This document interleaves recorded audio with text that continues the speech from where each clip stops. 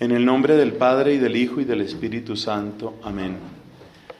Dios te salve María, llena eres de gracia, el Señor es contigo. Bendita eres entre las mujeres, bendito el fruto de tu vientre, Jesús. Santa María, Madre de Dios, ruega por nosotros pecadores, ahora y en la hora de nuestra muerte. Amén. Nuestra Señora de Gracia. Ruega por nosotros. En nombre del Padre, del Hijo, y del Espíritu Santo. Amén. Amigos queridos, no se puede hacer un retiro de Cuaresma sin mencionar las prácticas cuaresmales, que son ayuno, oración y limosna. Del mismo modo, creo que no se debe hacer un retiro de Adviento sin volver a aquellas figuras que son las más representativas de lo que significa el camino hacia Jesucristo. Esas figuras pues son el profeta Isaías, y luego Juan Bautista, y luego la Santísima Virgen María. Creo que es como un tema, llamémoslo así, obligado, pero no lo hacemos por obligación, sino que queremos acercarnos con actitud de discípulos, queremos acercarnos a estas personas. Entonces esta segunda charla de nuestro retiro de Adviento tiene que ver con esas personas. En primer lugar vamos a hablar de Isaías y de su escuela profética. En segundo lugar vamos a hablar de Juan el Bautista, el bautizador, y qué nos puede enseñar, centrándonos un poco más en su vida, incluso más que en su ministerio.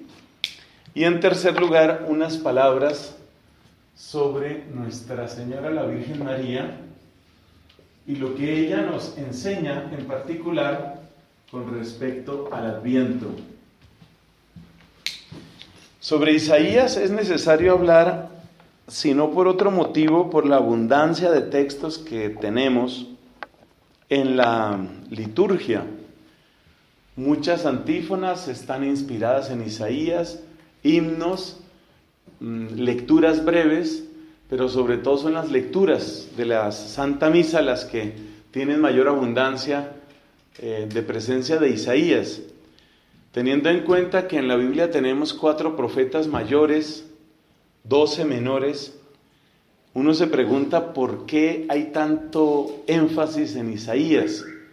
¿Qué es lo que hace que Isaías sea tan relevante en el Adviento? Tal vez lo mejor es acercarnos a los datos que tenemos, los datos biográficos que tenemos, y partir de ahí. ¿En qué época vive? ¿Cuál es su contexto?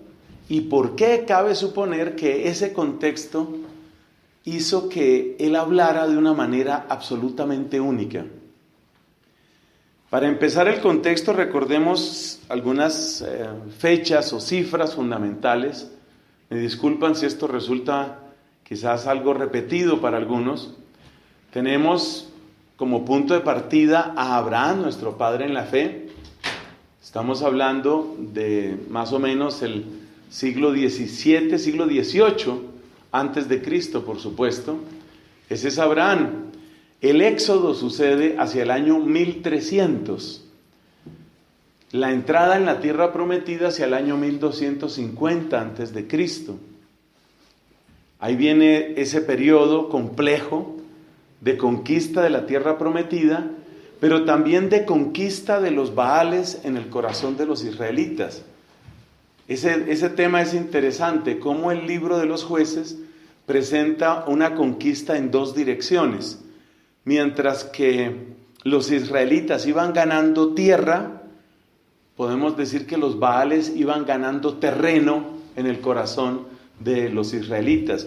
Es un proceso bien complejo que podría llamarse sincretismo.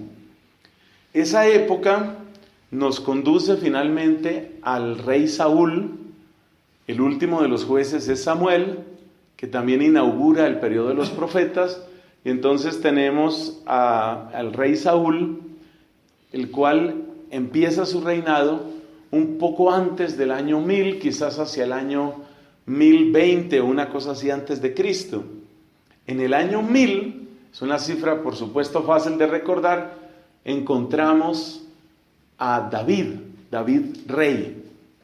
Un poco después de David reina 40 años en total. De esos 40, 7 en Hebrón y 33 años en Jerusalén. A la muerte de David le sucede su hijo, pero no era su primogénito, Salomón. Salomón pues tiene ante todo podríamos decir, ese honor de ser quien construyó el primer templo. El templo primero de Jerusalén. Realmente el pueblo de Dios solo ha tenido 2 templos. El templo que construyó Salomón y luego el templo que construyó Herodes en tiempo de Jesús. Ese templo pues fue destruido por los romanos y hasta el momento no hay más templos. Ha habido distintas iniciativas en los judíos de nuestra época, incluso para eso, para construir lo que sería el tercer templo. Pero eso hasta el momento está ahí quieto. Entonces, viene Salomón y sabemos lo que sucede. El hijo de Salomón, llamado Roboam, hereda el trono, y Roboam es un niño caprichoso, maleducado, egoísta, narcisista, podríamos decir, solo mira por sus propios intereses, y Roboam precipita la división del pueblo de Dios entre el reino del norte y el reino del sur. Esto viene a suceder hacia el año 930 a.C. El reino del norte toma el nombre de Israel, el reino del sur lo conocemos como Judá. Las capitales respectivas son Samaria y Jerusalén. El primer rey en el reino del norte es Jeroboam, como dije. En el reino del sur siguen los descendientes de David. Está esa promesa importantísima que le hace Natán al rey David, anunciándole que su dinastía no habría de caer. Y efectivamente en el reino del sur pues siguen con bastante persistencia hasta el destierro, siguen descendientes de David. Bueno, entonces aquí ya vamos llegando a un terreno. En el año 930 se da esta división, reino de Israel y reino de Judá. Si nos vamos unos 150 años después de la división, llegamos más o menos hacia el año 770 a.C., esa es la fecha probable de nacimiento. Algunos son más exactos, dicen que 765 a.C. nace el profeta Isaías.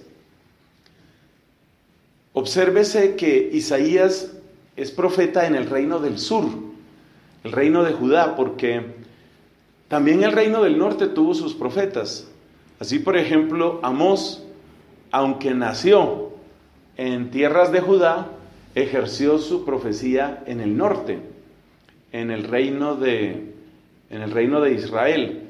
O sea que hubo profetas del reino del norte y también profetas del reino del sur. Entonces, Isaías es del reino del sur. Ese dato va a resultar muy importante porque la situación política se va a complicar muchísimo, o ya había empezado a complicarse tiempo atrás. Entonces hay que recordar algo de la geografía. Tenemos reino del sur, que es Judá, reino del norte, que es Israel. Más al norte de Israel se extiende durante estos años un reino sumamente agresivo que es Asiria. Ahí entran nombres como Asurbanipal y sobre todo uno que es contemporáneo de Isaías, que es Sennacherib. Entonces, el reino del norte, que es Israel, está continuamente con ese vecino ruidoso, cruel, arrogante, que es Asiria.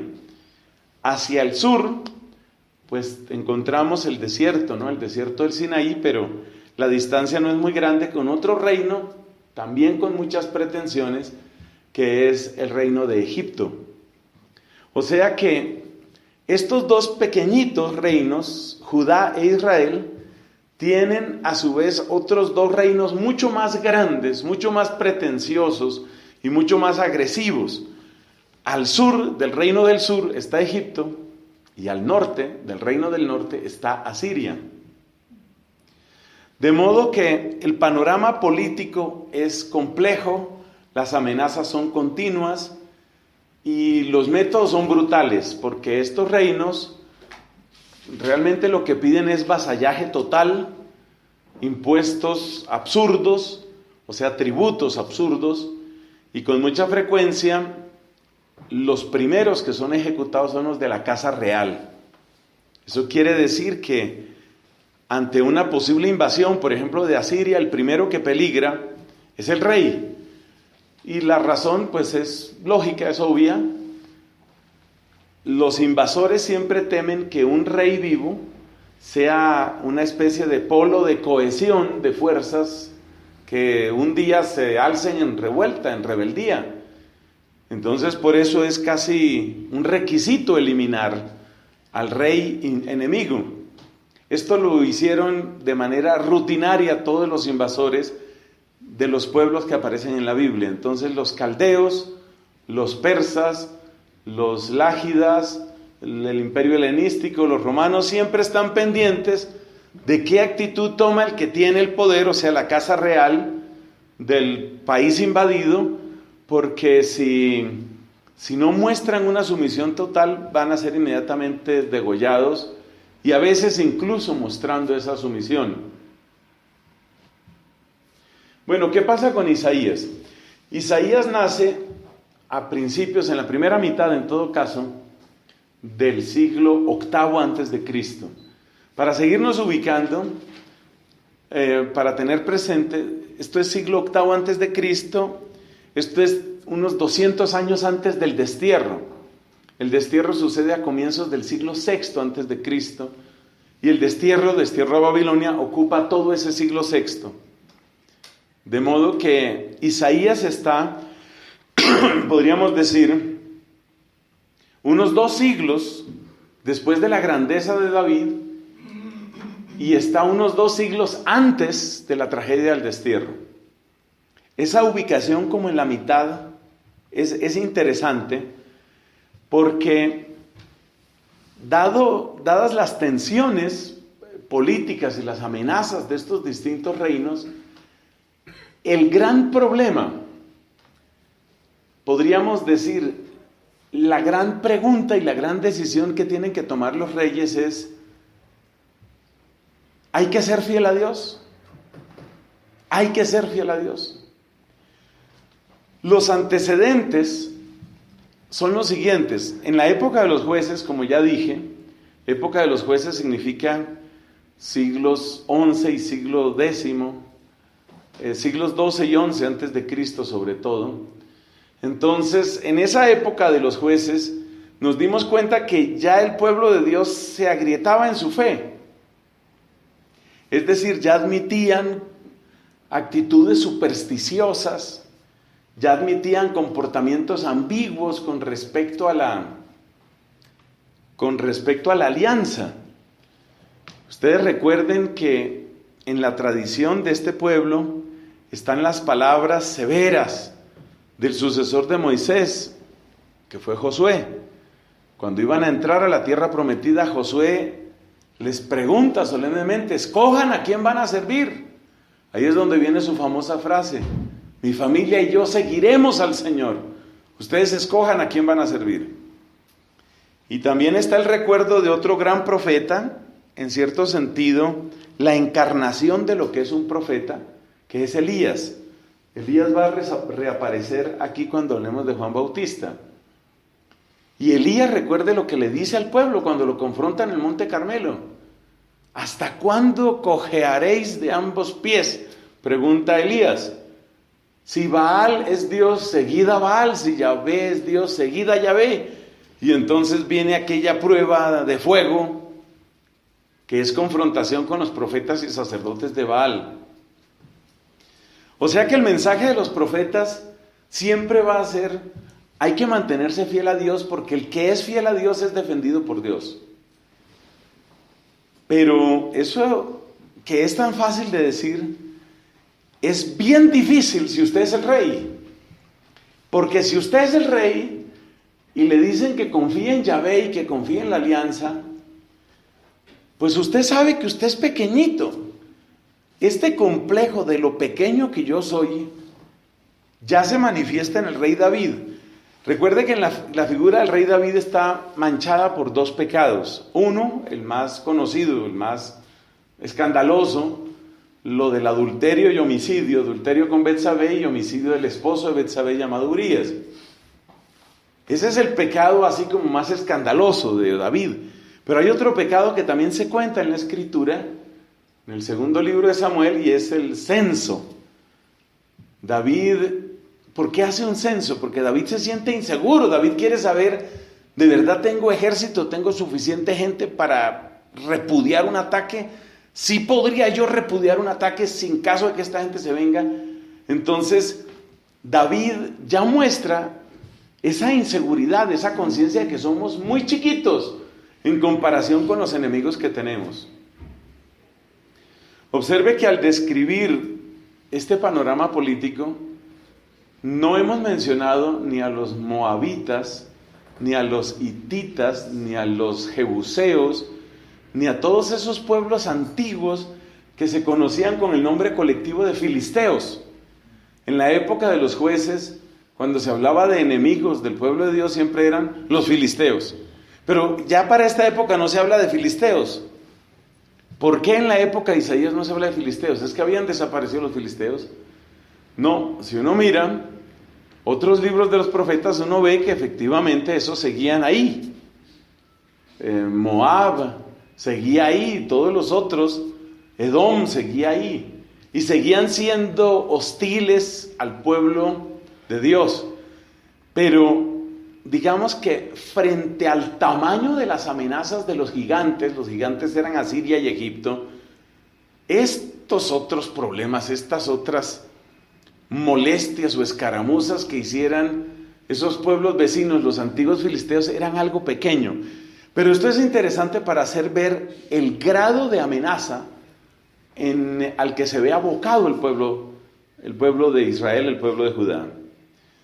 Bueno, ¿a qué acuden los reyes?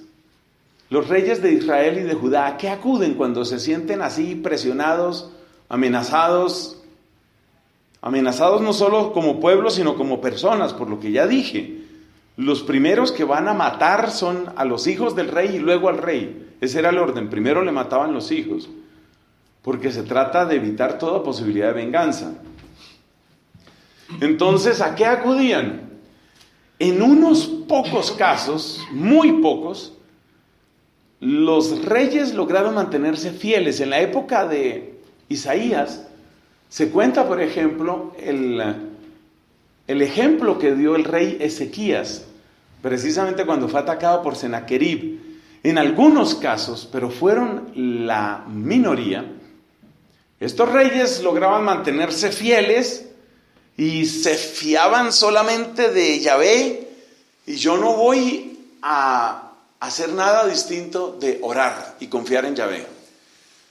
Pero eso fue la excepción. La gran mayoría de los reyes buscaron o la solución mágica apelando a los antiguos cultos de los Baales y por consiguiente a rituales que incluían en algunas ocasiones sangre humana, por ejemplo sacrificando a sus propios hijos, quemándolos o cosas parecidas, o acudían a esas antiguas religiones del lugar, las religiones de los filisteos, o buscaban el camino de las alianzas políticas.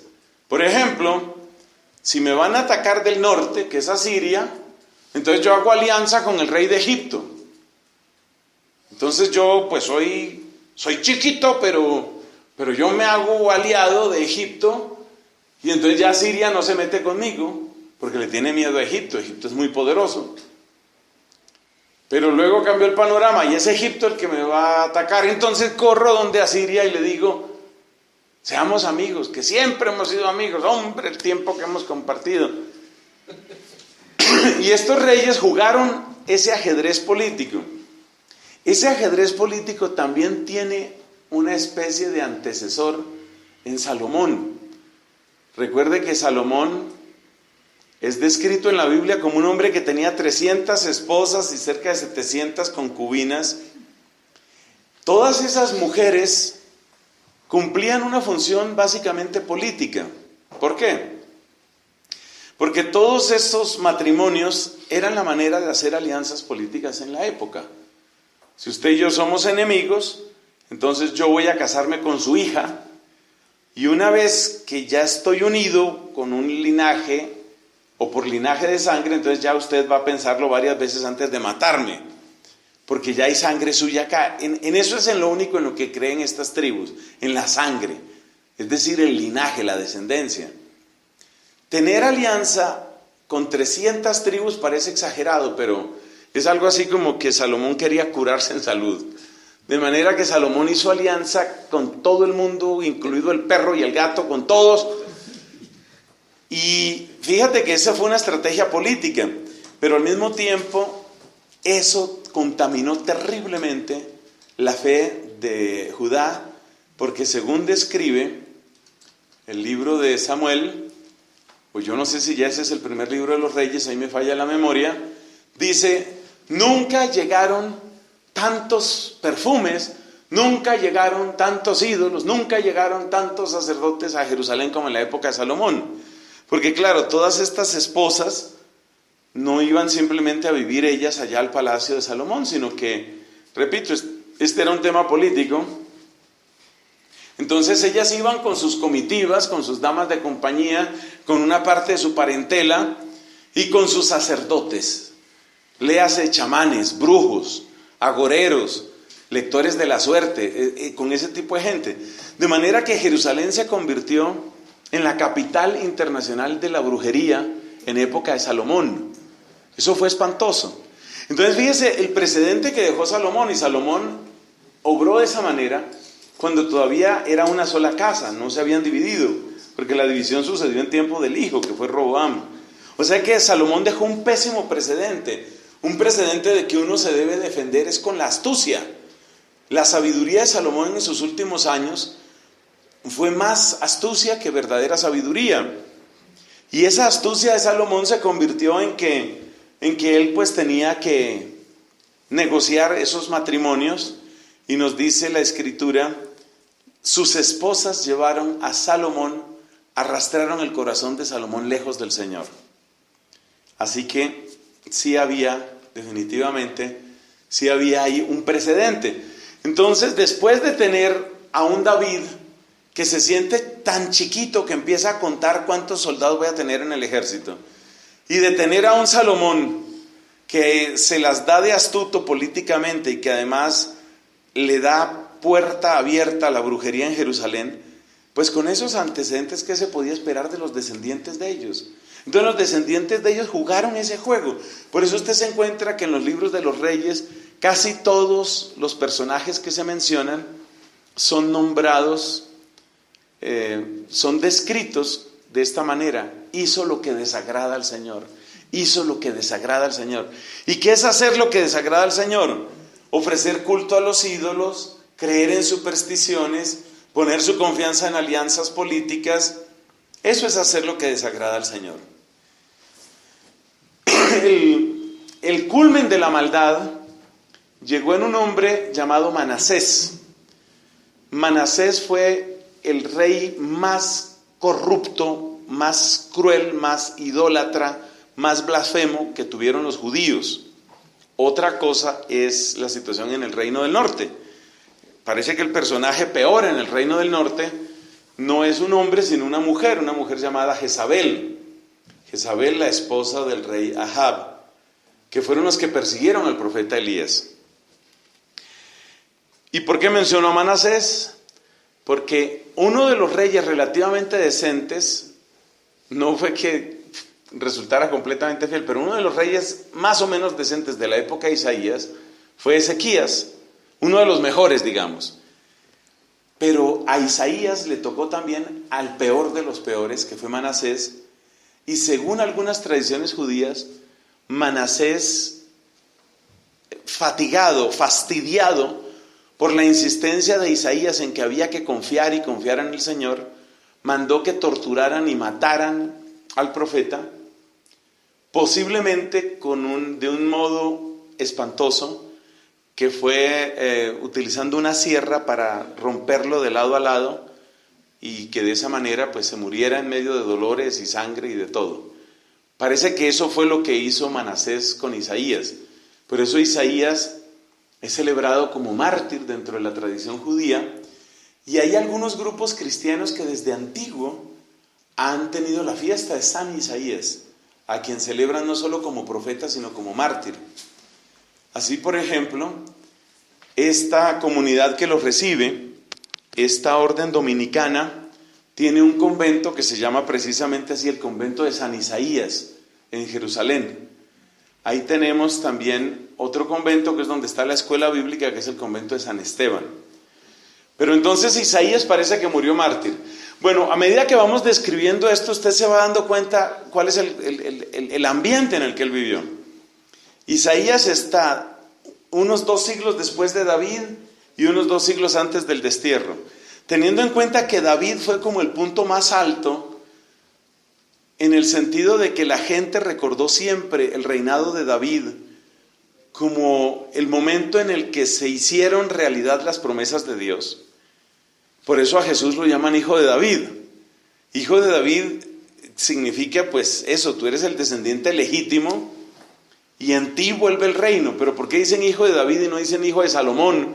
O no dicen hijo de Roboam o hijo de Ezequías, sabiéndose que el Mesías tenía que venir por esa línea de descendencia. ¿Por qué no dicen ninguno de esos otros? Hombre, porque David fue el punto más alto. También en el Evangelio de Mateo, ustedes recuerdan que al dar la genealogía del Señor, menciona a Abraham, a David y al destierro. O sea, esos son como las 3 grandes referencias. Y dice, son 14, dice el capítulo 1 de San Mateo, son 14 las generaciones de Abraham a David, 14 las generaciones de David al destierro y 14 las generaciones del destierro a Jesús. O sea que fíjese que los 2 puntos más importantes, ¿cuáles son los puntos importantes en el capítulo 1 de Mateo? Abraham, David, el destierro, Jesús. Esa es la línea que lleva Mateo. Y luego pues esa cantidad de nombres que a veces uno le cuesta trabajo pronunciar. Abraham, David, destierro, Jesús. Y en la mitad, entre David y el destierro, ¿quién está? Este hombre.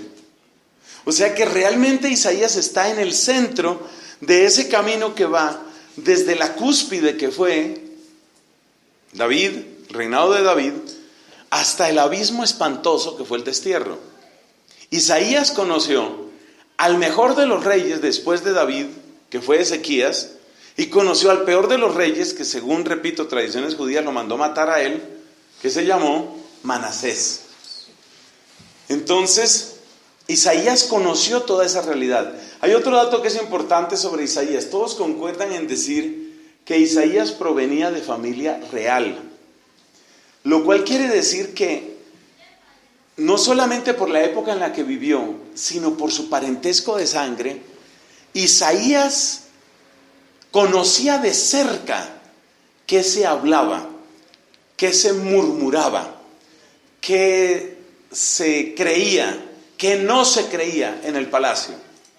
La vida de Isaías fue una vida en ese sentido dramática, porque al mismo tiempo contaba con todos los privilegios propios de la clase más alta. Algunos dicen que Isaías era primo del rey Osías. Realmente era de familia real. Eso garantizó además que tuviera una formación excelente. Los que saben lengua hebrea dicen que el hebreo más hermoso de toda la Biblia es el hebreo de Isaías. Y aún en nuestra lengua hay tantos textos de Isaías que son hermosísimos, hermosísimos. Muchos concuerdan en decir que es el gran poeta, es el profeta poeta Isaías, con una capacidad descriptiva, narrativa, con una unión entre la fuerza y la ternura que es única. Pero fíjese la paradoja de Isaías. Al mismo tiempo, Isaías está muy cerca de los privilegios y está muy cerca de las peores traiciones a Dios. O sea que Isaías conoce la mejor vida que podía tenerse en ese tiempo, pero conoce también el peor dolor, que es ver cómo se traiciona a Dios de frente. Por eso la vida de Isaías es una vida dramática, es una vida marcada por ese contraste. Podríamos decir que es una vida desgarrada. Esa condición de Isaías se convierte no solo en un drama personal, sino que se convierte en una vocación, según lo describe el mismo libro en el capítulo 6. Capítulo 6 del profeta Isaías, pues tiene la vocación de él. Y la vocación de Isaías nace en circunstancias que son absolutamente sobrecogedoras. Este hombre está en el templo de Jerusalén y tiene esa visión en la que el borde del vestido de Dios llena el templo, y después se empieza a escuchar el canto de querubines que aclaman a Dios diciendo lo que nosotros decimos en la misa, aprendido de ellos, ¿no? Santo, santo, santo es Yahvé Sebaot, es el Señor de los ejércitos. Llenos están el cielo y la tierra de su gloria, y tiembla el templo. Esta experiencia es definitiva para Isaías, porque personas como ustedes o como yo hemos visto por televisión o como sea, o hemos estado en lugares donde uno puede ver grandes construcciones. Pero para un judío de la época, el templo era lo más grande que había visto y probablemente lo más grande que iba a ver en su vida entera. Y observe la experiencia que tiene Isaías. Está dentro del edificio más grande, el edificio que habla de la gloria del reinado de Salomón, el edificio gigantesco, y resulta que ese edificio es absolutamente incapaz de contener la grandeza de Dios, porque lo que él ve que llena el templo no es la sandalia de Dios, no es un cinturón, no es mucho menos la pierna o la mano de Dios, es el borde del vestido, diríamos casi el dobladillo. O sea, ¿de qué tamaño es Dios? Esa es la sensación que tiene Isaías. ¿De qué tamaño es Dios? Si esto, que es lo más grande que yo conozco, es tan absolutamente insuficiente, ¿de qué tamaño es Dios?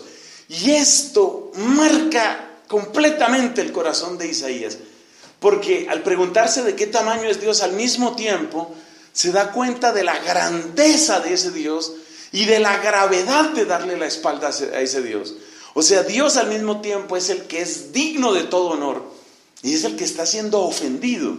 O sea que el drama que he descrito antes, pertenecer por un lado a la casa real, pero por otro lado, ver todo el tiempo cómo se traiciona a Dios, ese drama se convierte dentro de esta experiencia mística en una especie de desgarrón espantoso. Dice Isaías: ¡ay de mí! Estoy perdido. Mis labios son impuros y habito en un pueblo de labios impuros. ¿Por qué menciona los labios?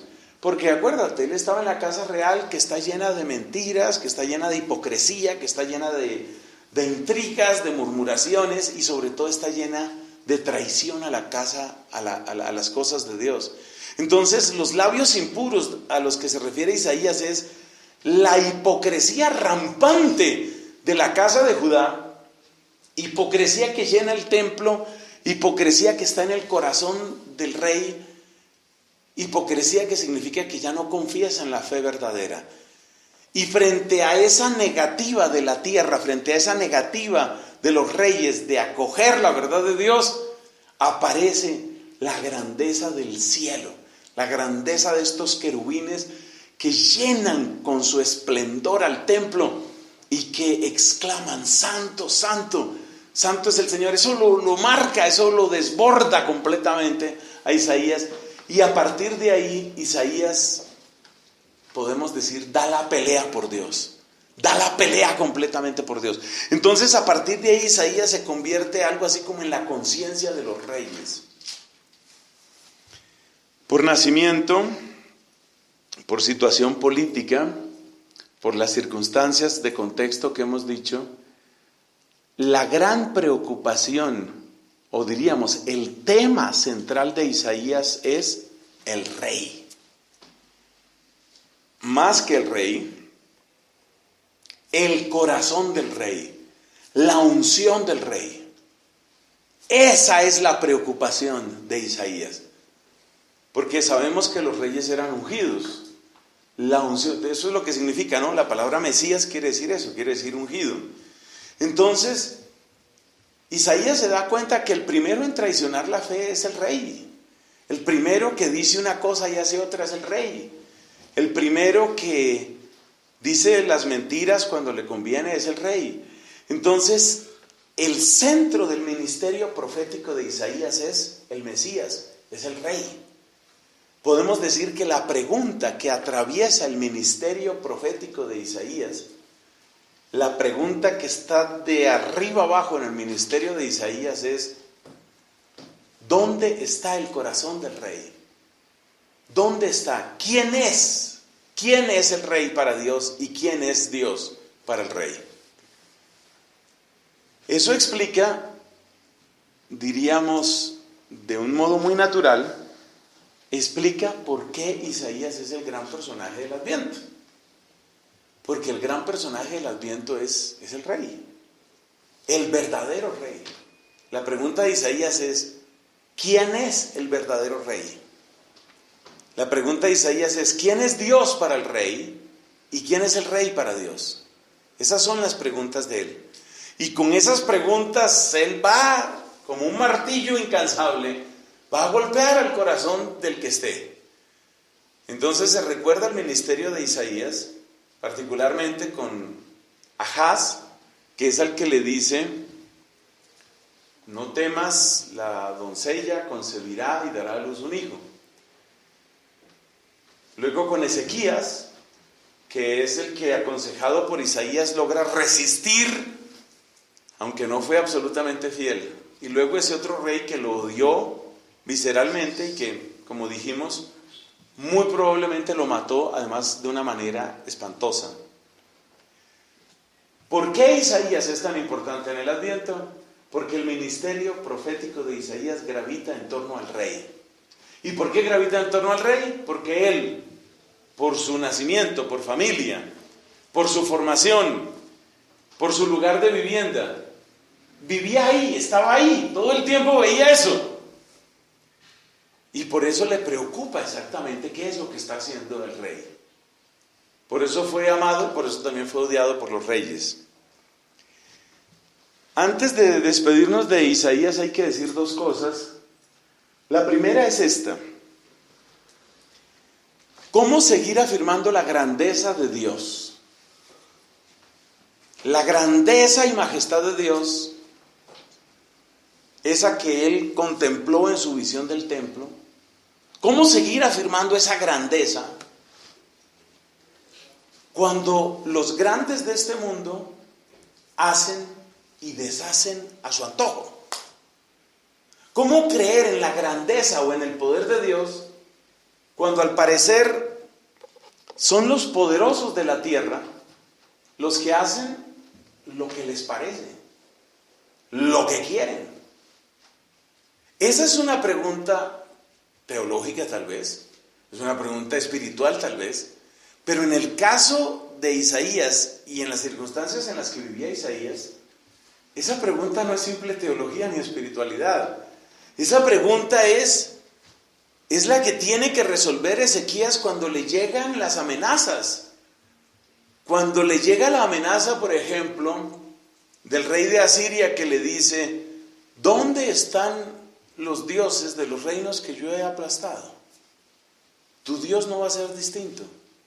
Ese es el lenguaje que utiliza el rey de Asiria con este hombre. ¿Y qué se hace ahí?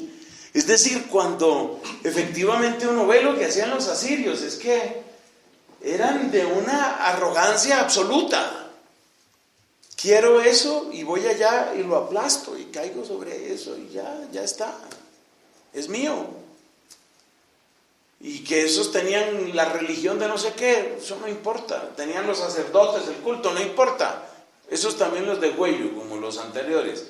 Entonces, la pregunta a la que tiene que responder Isaías en su corazón, pero también ante los reyes, es: ¿cómo seguir creyendo en la grandeza de Dios cuando se ve toda esta crueldad y todo este poder que tienen los grandes de este mundo. Y ahí surge un término hebreo que al pasarlo a la lengua nuestra se escribe de esta manera: nacer o natzer, palabra que está relacionada, por lo menos en su sonido, está relacionada con Nazoreo, con la institución de los nazoreos y con la ciudad de Nazaret. Bueno, ¿y qué significa este natzer? Este natzer, ¿qué quiere decir? Es un término muy hermoso que en cuanto sustantivo quiere decir un germen. Uno de los textos más bellos de la escuela de Isaías es: algo nuevo está brotando, ¿no lo notáis? Algo nuevo está brotando, el germen. Esos textos que oímos en el Adviento: del tronco de Jesé brotará un vástago. La palabra vástago es esta. Es un germen. Entonces, ¿cómo resuelve en su cabeza Isaías? ¿Cómo resuelve en su cabeza el hecho de que los grandes de este mundo oprimen, insultan y aplastan y parece que no hay un Dios que los frene? Entonces la respuesta de Isaías es verdad que ellos hacen eso, pero mire bien, mire debajo, ya Dios está haciendo. Esa es la manera como le habla a Ahaz. Otros traducen a Acaz, el del capítulo 7. Hay un germen. Entonces el Emanuel, ¿qué es? El Emanuel es el germen. Es decir, sí, la situación es espantosa, la situación es terrible, pero hay un germen, hay algo que están haciendo. Es decir, el gran legado que nos deja Isaías es aprender a buscar el germen. Porque aprender a buscar el germen es aprender a buscar la huella de Dios aún en las circunstancias más desesperadas. Y aprender a buscar el germen también es poner en práctica el camino de la misericordia. Si lo piensas bien, el camino de la misericordia, sobre todo en las obras de misericordia espirituales, es el camino del germen. Muchas veces nos encontramos con personas que están en una situación tan terrible, que han pecado, que se han olvidado de Dios, le han dado la espalda. Pero ¿qué es atender a esas personas? Es como ver qué se pudiera hacer. Venga a ver cómo se le puede llegar a esta persona. Piense usted, hablo especialmente a mis hermanos sacerdotes, piense usted lo que a veces le toca a uno con ciertas personas que están resentidas con la iglesia o personas que están alejadísimas de las cosas de Dios, y sin embargo, ¿uno qué hace para tratar de hablarle a esa persona? Uno hace lo de Isaías, uno busca el natzer, uno busca el germen, o sea, ¿por dónde le llego? Cuando usted como religioso, como predicador, como catequista, como sacerdote, se hace esta pregunta: ¿yo por dónde le llego a esta persona? Usted lo que está buscando es el germen. ¿Cuál es la puertecita que Dios ha dejado abierta? Porque muchas puertas se han cerrado, muchas. En las vidas de muchas personas, muchas puertas se han cerrado. Entonces Isaías es el hombre de la mirada aguda que le ayuda a Ahaz a decir: mira, en estas circunstancias tan desesperadas, en estas circunstancias tan difíciles, pues la doncella está embarazada. Luego la traducción de los 70 utiliza la palabra partenos, que es más propiamente virgen, y por eso la traducción que utilizamos dice: la virgen está encinta. Texto pues que tiene todo el perfume del Adviento. La doncella está embarazada. ¿Qué quiere decir? Mira, en estas circunstancias tú eres el descendiente de David. Muchas veces Isaías le habla así al rey: tú eres el descendiente de David. Y mira, ya hay un vástago, o sea, ya hay descendiente. Ya viene otro detrás de ti, Dios va a cumplir su promesa.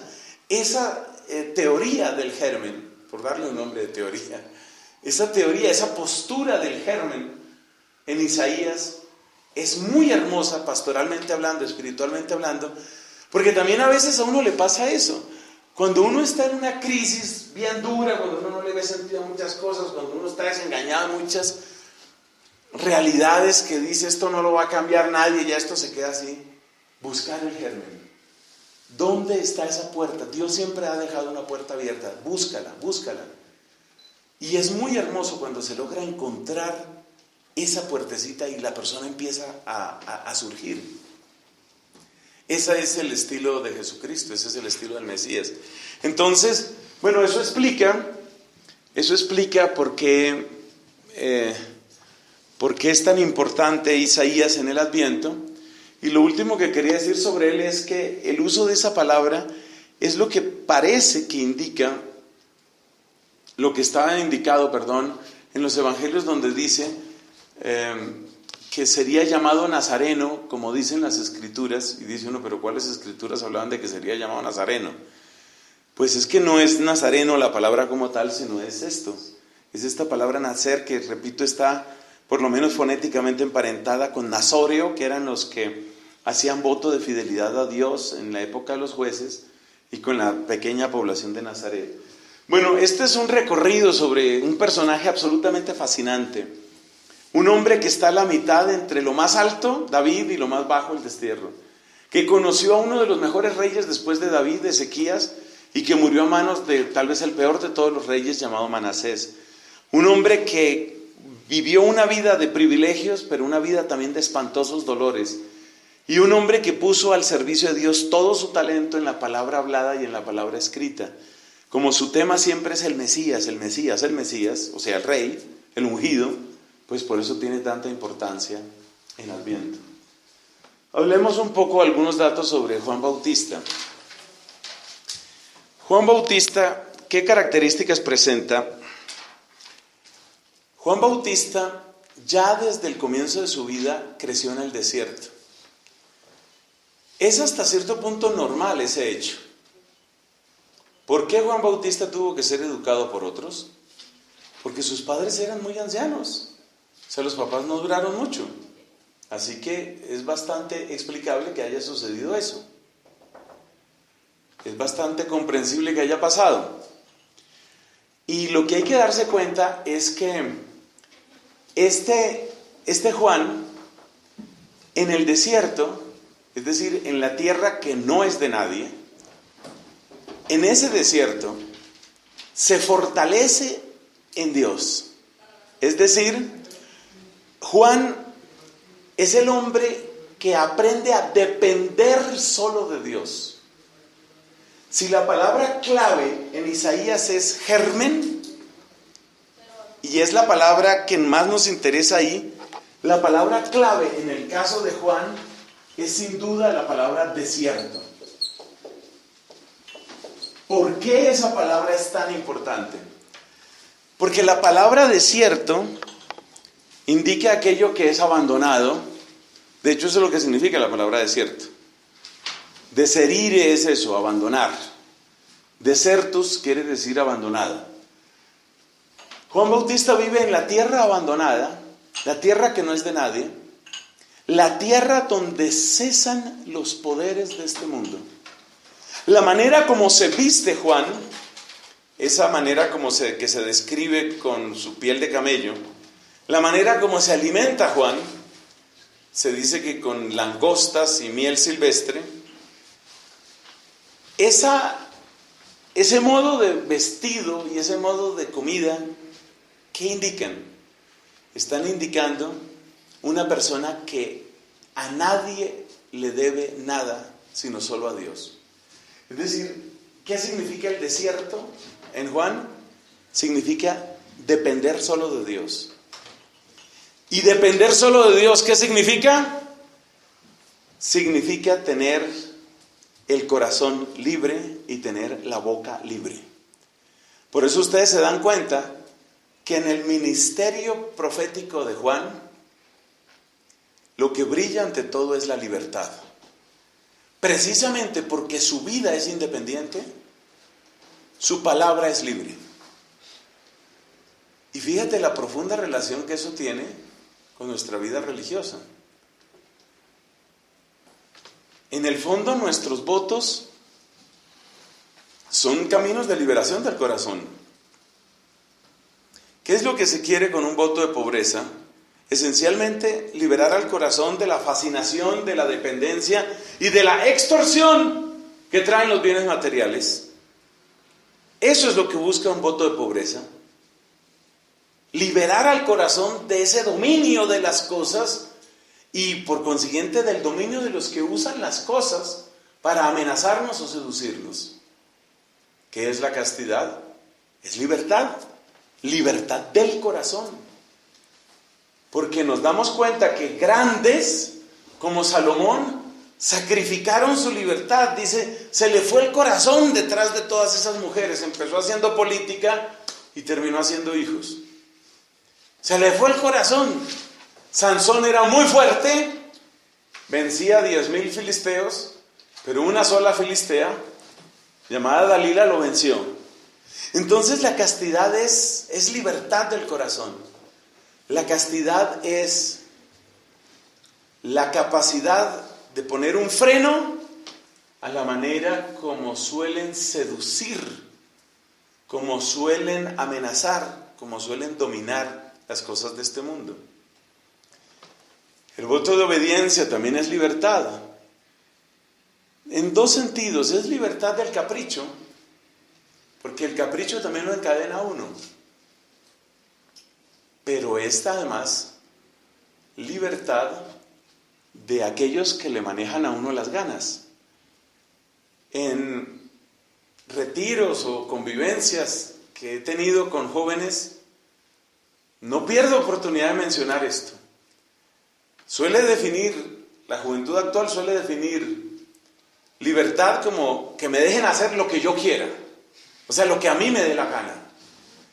Y entonces me gusta mucho decirle a estos amigos y amigas jóvenes, tú dices que libertad es hacer lo que te dé la gana, pero eso significa que te pones en manos de quien te maneje las ganas. Y resulta que hay toda una ciencia para manejar las ganas. Marketing. ¿El marketing qué es? Es la ciencia del manejo de las ganas. Entonces, ¿qué hace un buen experto en marketing? Dice, bueno, la juventud hoy ¿qué quiere? La juventud hoy quiere ser distinta. Pues entonces, ya por ahí empieza la marca. Nuestra marca se va a llamar Desigual. ¡Wow! Entonces somos distintos. Una marca española que además es espantosa en su mensaje moral, en sus costumbres es espantosa. Promotor de todo lo que sea, digamos, contrario al sistema. Llámese lesbianismo, llámese agresividad, en fin, muchas cosas. Entonces, pero todo eso es un movimiento calculado. Eso no es ni que a ellos les interese el lesbianismo o las lesbianas. Eso es un movimiento calculado. O sea, ¿cómo hay que presentarse hoy para ser de avanzada y para decir nosotros somos la vanguardia y nosotros podemos tomar la representatividad, nosotros te vamos a dar una bandera? ¿Qué hay que hacer? Pues hay que matricularse con esos movimientos. Lo que hacen los políticos. El político sabe qué tipo de palabras tiene que decir y en qué ambientes y con quién tiene que matricularse durante este tiempo para después desecharlo y decir, nunca conocí a ese que es un corrupto, pero yo siempre he estado con este, con el que nunca estuvo. Entonces Juan Bautista, a través de la palabra desierto, ¿a dónde nos lleva? Nos lleva a la palabra libertad. El gran mensaje de Juan Bautista es la libertad. Por eso Juan Bautista le puede hablar a todos. Esto es bellísimo. Juan Bautista les habla a los soldados, les habla a los comerciantes, les habla a los saduceos, les habla a los fariseos. Juan Bautista es libre. ¿Por qué? Porque está acostumbrado al desierto. En el desierto yo no dependo de nadie, yo dependo solo de Dios. Y si dependo solo de Dios, a Dios le tengo que rendir cuentas, no a usted. Y por eso Juan es el único que es capaz de encararse a Herodes y decirle, no te es lícito vivir con la mujer de tu hermano. ¿Por qué se atreve a decir eso? Porque es libre, porque no tiene pretensiones. Por eso. Es un gran mensaje, Es el mensaje de la libertad. Mucho más se puede decir sobre Juan, pero vamos a dejar solamente ese mensaje para que quede con fuerza. Por supuesto, el predicador de la libertad, básicamente lo que nos va a decir es que la primera esclavitud es el pecado. Por eso el mensaje de Juan es el mensaje del arrepentimiento. Y en la medida en que el arrepentimiento va llegando a nuestros corazones, Se cumple lo que dijo nuestro padre San Agustín. La ley nos fue dada para que anheláramos la gracia. Y entonces uno realmente siente, necesito de Dios. Por eso Juan es el hambre. Es el que trae el hambre. Y Cristo es el alimento, es el que trae el pan de vida. Esa es la intrínseca relación.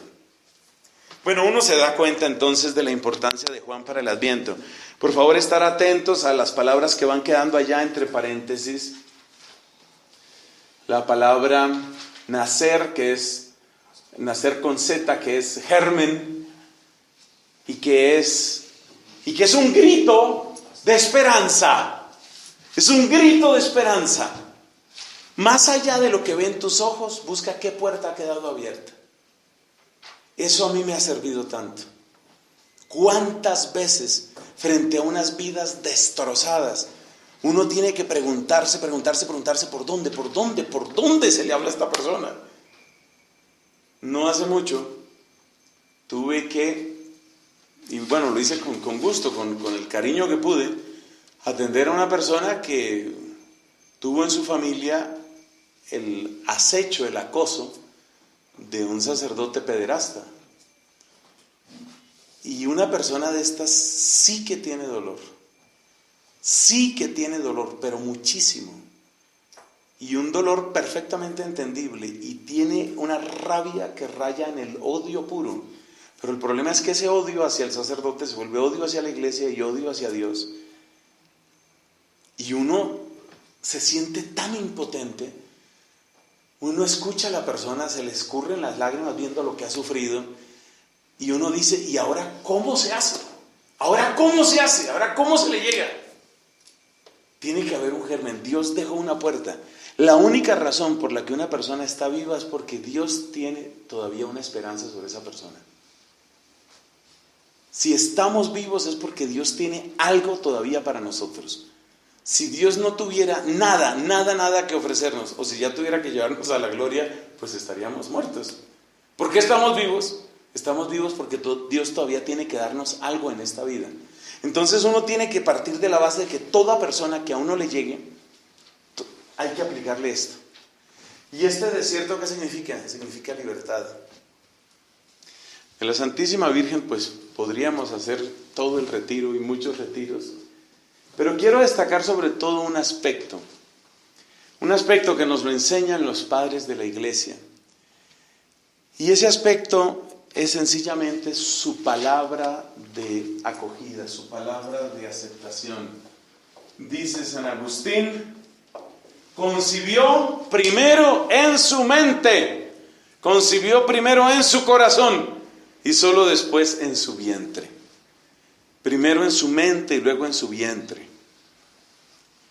Y ese sí, ese hágase, ese genoito se dice en griego, que me lo aprendí, genoito moi, que se haga para mí, fiat mihi, que se cumpla en mí, según la palabra que has dicho. Esa acogida, esa aceptación de María, pues es la espiritualidad del Adviento, ese es el Adviento. El Adviento es recibir a ese que viene. Y este fiat que encarna, ese fiat encarna la docilidad, encarna la humildad, encarna la obediencia, que son exactamente las cualidades que uno más necesita, tal vez las que menos tiene, pero las que mejor describen nuestra vida consagrada.